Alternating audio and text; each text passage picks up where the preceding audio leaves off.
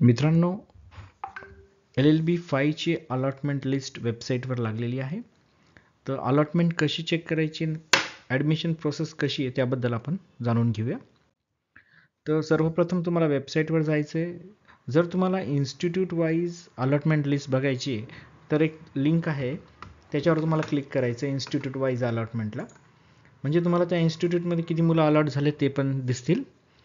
दुसरं ऑप्शन आहे check candidate allotment, म्हणजे तुमचं इंडिव्हिज्युअल अलॉटमेंट चेक करायचं तर चेक कॅन्डिडेट अलॉटमेंट, असे दोन ऑप्शन आहेत.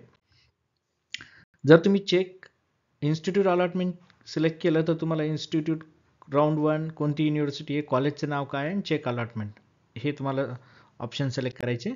त्यानंतर त्या कॉलेजमध्ये जे काही मुलं अलॉट झाले त्याचे सगळे पर्सेंटाईल, कोणती कॅटेगरी, यातनं सगळं तुम्हाला डिटेल्स दिसेल. जर तुम्हाला स्वतःचं अलॉटमेंट चेक करायचं आहे लॉग इन न करता तर चेक अलॉटमेंट कॅन्डिडेट अलॉटमेंट यावर क्लिक करायचं. त्यावर क्लिक केल्यानंतर तुम्हाला राऊंड सिलेक्ट करायचा आहे, round 1. Enter applicant I D, तुमचा जो आय डी असेल तो टाकायचा आहे. चेक युअर अलॉटमेंट या बटनवर क्लिक करायचं आहे. त्यानंतर तुम्ही चेक युअर अलॉटमेंटवर क्लिक केल्यानंतर तुम्हाला तुमचं अलॉटमेंट दिसेल, कोणत्या कॉलेजला अलॉट झालं आहे, कोणत्या कॅटेगरीमधनं झालं आहे, कॉलेजचे डिटेल्स, हे सर्व तुम्हाला तिथे अलॉटेड कॅटेगरी सगळे डिटेल्स तुम्हाला तिथे दिसेल. जर तुम्हाला अलॉटमेंट लेटर डाउनलोड करायचं असेल तर तुम्हाला लॉग इन करावं लागेल. त्यासाठी तुम्हाला log in I D password टाकायचा आहे, तो तुमच्याकडे ऑलरेडी आहे. Log in I D password टाकल्यानंतर तुम्हाला लेफ्ट साईडला एक ऑप्शन दिलं आहे प्रिंट अलॉटमेंट लेटर. लेफ्ट साईडला एक अलॉटमेंट लेटर प्रिंट असं एक ऑप्शन आहे, त्याच्यावर क्लिक करायचं आहे. त्यानंतर सिमिलर वे तुम्हाला तुमचं अलॉटमेंट दिसेल, कोणत्या कॉलेजला अलॉट झालेलं आहे, कोणत्या कॅटेगरीमधनं अलॉट झालेलं आहे. नंतर एक ऑप्शन आहे प्रिंट अलॉटमेंट लेटर, या तुम्हाला बटनवर क्लिक करायचं आहे प्रिंट अलॉटमेंट लेटरवर.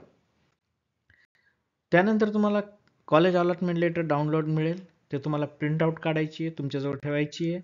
आणि जर तुम्ही ॲडमिशन फ्रीज करणार असाल तर डॉक्युमेंट घेऊन अलॉटमेंट लेटर घेऊन तुम्हाला कॉलेजला जायचं आहे आणि ॲडमिशन प्रोसेस कंप्लीट करायची आहे. जो वेबसाईटवर डिटेल शेड्यूल दिलेला आहे ॲडमिशन प्रोसेसचा तो तुम्हाला फॉलो करायचा आहे. त्या ॲडमिशन शेड्यूलनुसार तुम्हाला ॲडमिशन कन्फर्म करायचं आहे. जर तुम्हाला बेटरमेंट करायची आहे, म्हणजे तुम्हाला जे ऑप्शन मिळालं त्याच्या बेटर तुम्हाला ऑपॉर्च्युनिटी बघायची तर बेटरमेंटला टिक करावं, फ्रीज करायचं तर फ्रीजला टिक करावं. वरती जे इन्स्ट्रक्शन्स दिलेले आहेत ते काळजीपूर्वक वाचा. मी तुमच्यासाठी परत रीड करतो. If you have freeze your allotted seat then you will have to pay one time seat acceptance fee ₹1000 only before the last date as per current round. Please visit allotted college and get your documents verified and confirm your admission. If you go for betterment of your allotted seats then you will have to pay one time seat acceptance fee ₹1000 only before the last date as per current round, and then you will be considered for betterment for provided option in your next round. हे तुम्हाला details दिलेलं आहे, note ते तुम्हाला बघायची आहे आणि त्या पद्धतीनं ॲडमिशन प्रोसेस कंप्लीट करायची आहे. तर मित्रांनो, चॅनल सबस्क्राईब करा, ॲडमिशन रिलेटेड तुम्हाला अलर्ट मिळत राहतील. धन्यवाद.